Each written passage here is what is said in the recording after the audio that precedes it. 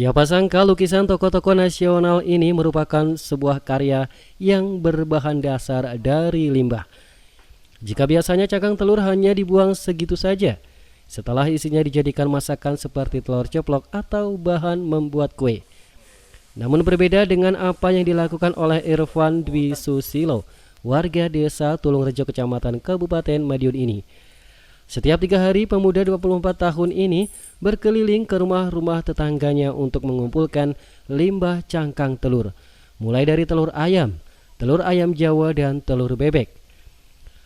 Limbah cangkang telur itu kemudian ia bawa ke rumahnya untuk dibersihkan. Proses pembersihannya pun cukup mudah dengan mencuci bagian cangkang luar dan melupas kulit bagian dalam cangkang lalu dijemur. Setelah dijemur, kemudian cangkang telur ini dapat dimanfaatkan untuk menjadi bahan dasar lukisan. Proses pembuatan lukisan dari bahan dasar cangkang ini pun terbilang simpel, hanya memerlukan ide kreatif dan imajinasi yang tinggi. Pria 24 tahun ini sudah menekuni sejak tahun 2015. Membuat lukisan dari cangkang telur ini merupakan bagian dari hobi yang dapat menunjang ekonominya.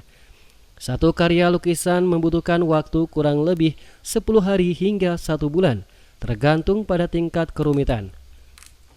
Pemuda tamatan sekolah menengah kejuruan ini memulai membuat karya lukisan ini berawal dari saat ayahnya pulang kenduri dan membawa nasi kenduri yang ada lauk telur rebus. Tak disengaja kulit telur rebus tersebut menempel di kulitnya, sehingga hal itulah yang menginspirasi dirinya untuk membuat karya lukisan yang berbahan dasar cangkang telur.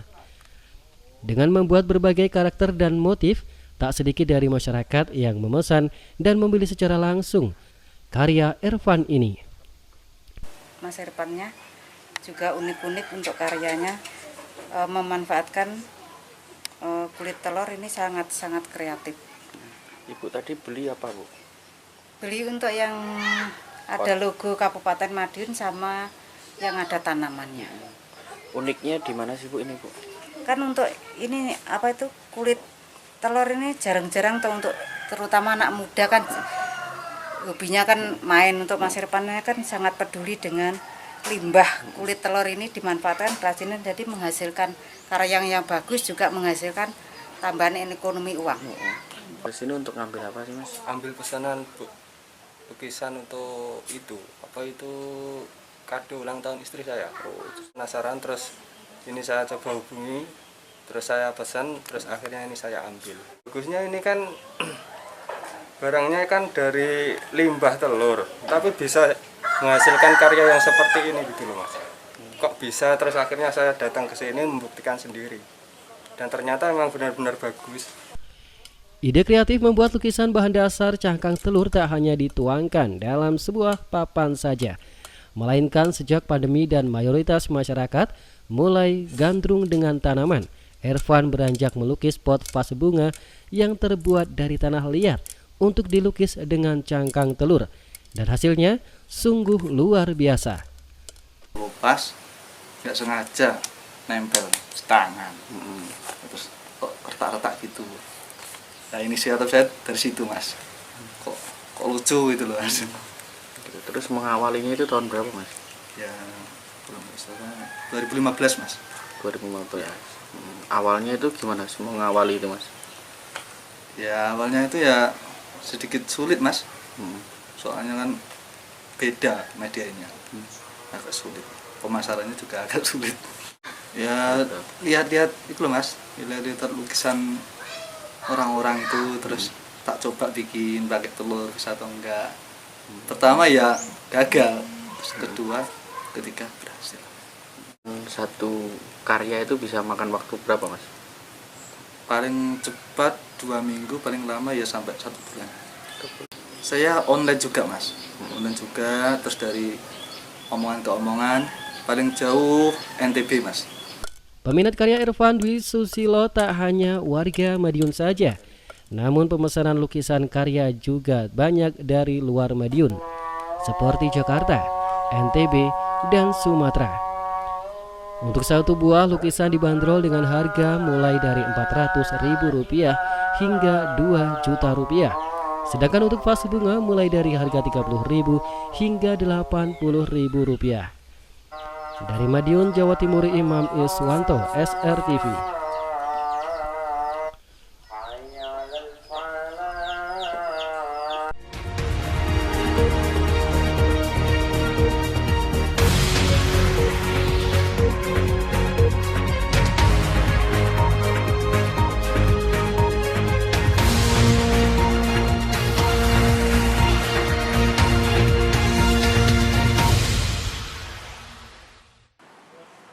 Sebagai kota bakso, Malang selalu menyajikan aneka menu dan varian bakso untuk para penggemar daging bulat yang satu ini.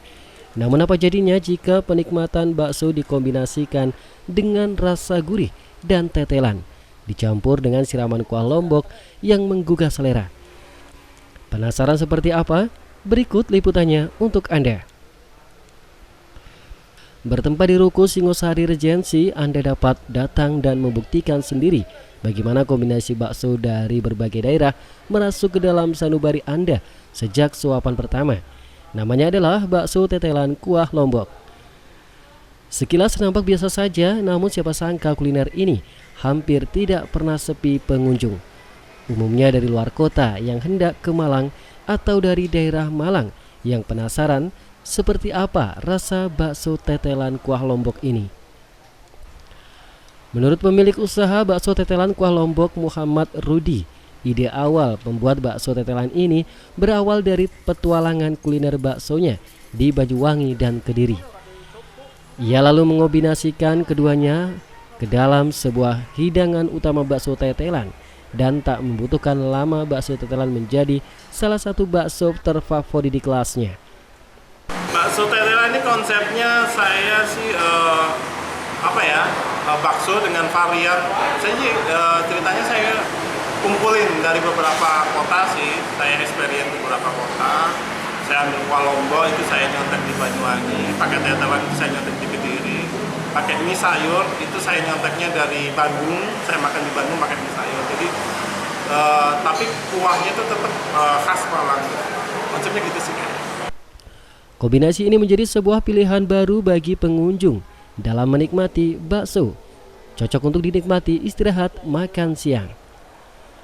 Udah ketiga kali ini. Gimana Mbak? Enak? Enak banget sih untuk tetelannya. Apalagi ini loh Mas, kuah pedesnya tuh bener-bener yang lombok banget tuh loh. Jadi ini favorit banget sih. Oh iya Mas, mau tanya apa lagi ya? Pedas ya Mbak? Pedes banget, jadi sampai di telinga tuh sampai yang, tapi emang enak banget sih. Yang paling disuka apa Mbak? Di sini yang paling aku suka itu pentol kejunya sebenarnya. Kenapa? Pentol kejunya tuh, jadi begitu kita makan langsung kejunya tuh lumer gitu. Oh nggak enak Mbak ya? Enggak, sama pastinya tetelan. Harga satu pentol bakso dibanderol mulai Rp2.000. Untuk gorengan dibanderol mulai Rp1.000 per biji. Ditemani minuman dingin merupakan pilihan tepat makan siang Anda. Dari Malang, Jawa Timur, Geraldion Riguci, SRTV.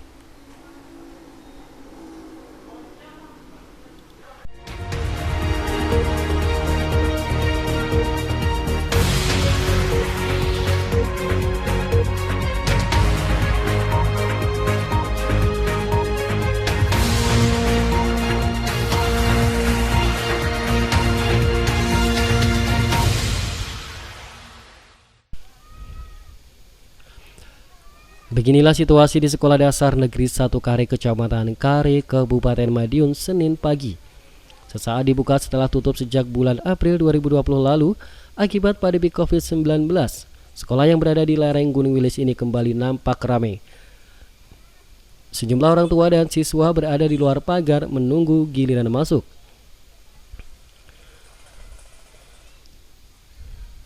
Hari ini 27 sekolah dasar dan sekolah menengah tingkat pertama di Kecamatan Kare, Kabupaten Madiun uji coba belajar tatap muka secara serentak dengan tetap memperhatikan protokol pencegahan COVID-19. Siswa diwajibkan memakai masker, cuci tangan sebelum masuk dan tetap jaga jarak.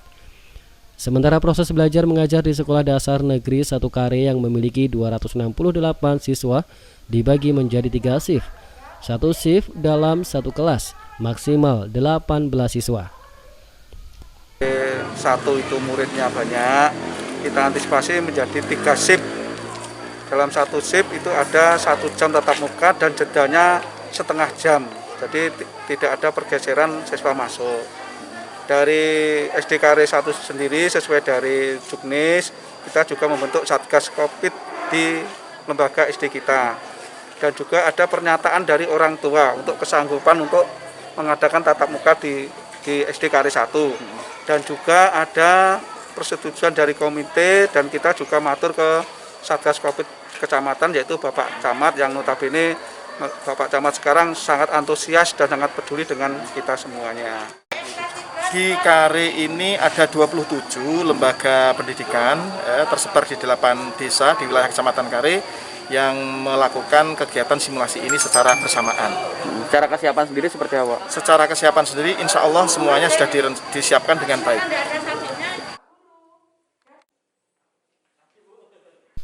Menurut rencana uji coba belajar tatap muka ini akan dilakukan selama 2 hari, yaitu hari ini, Senin dan Selasa besok.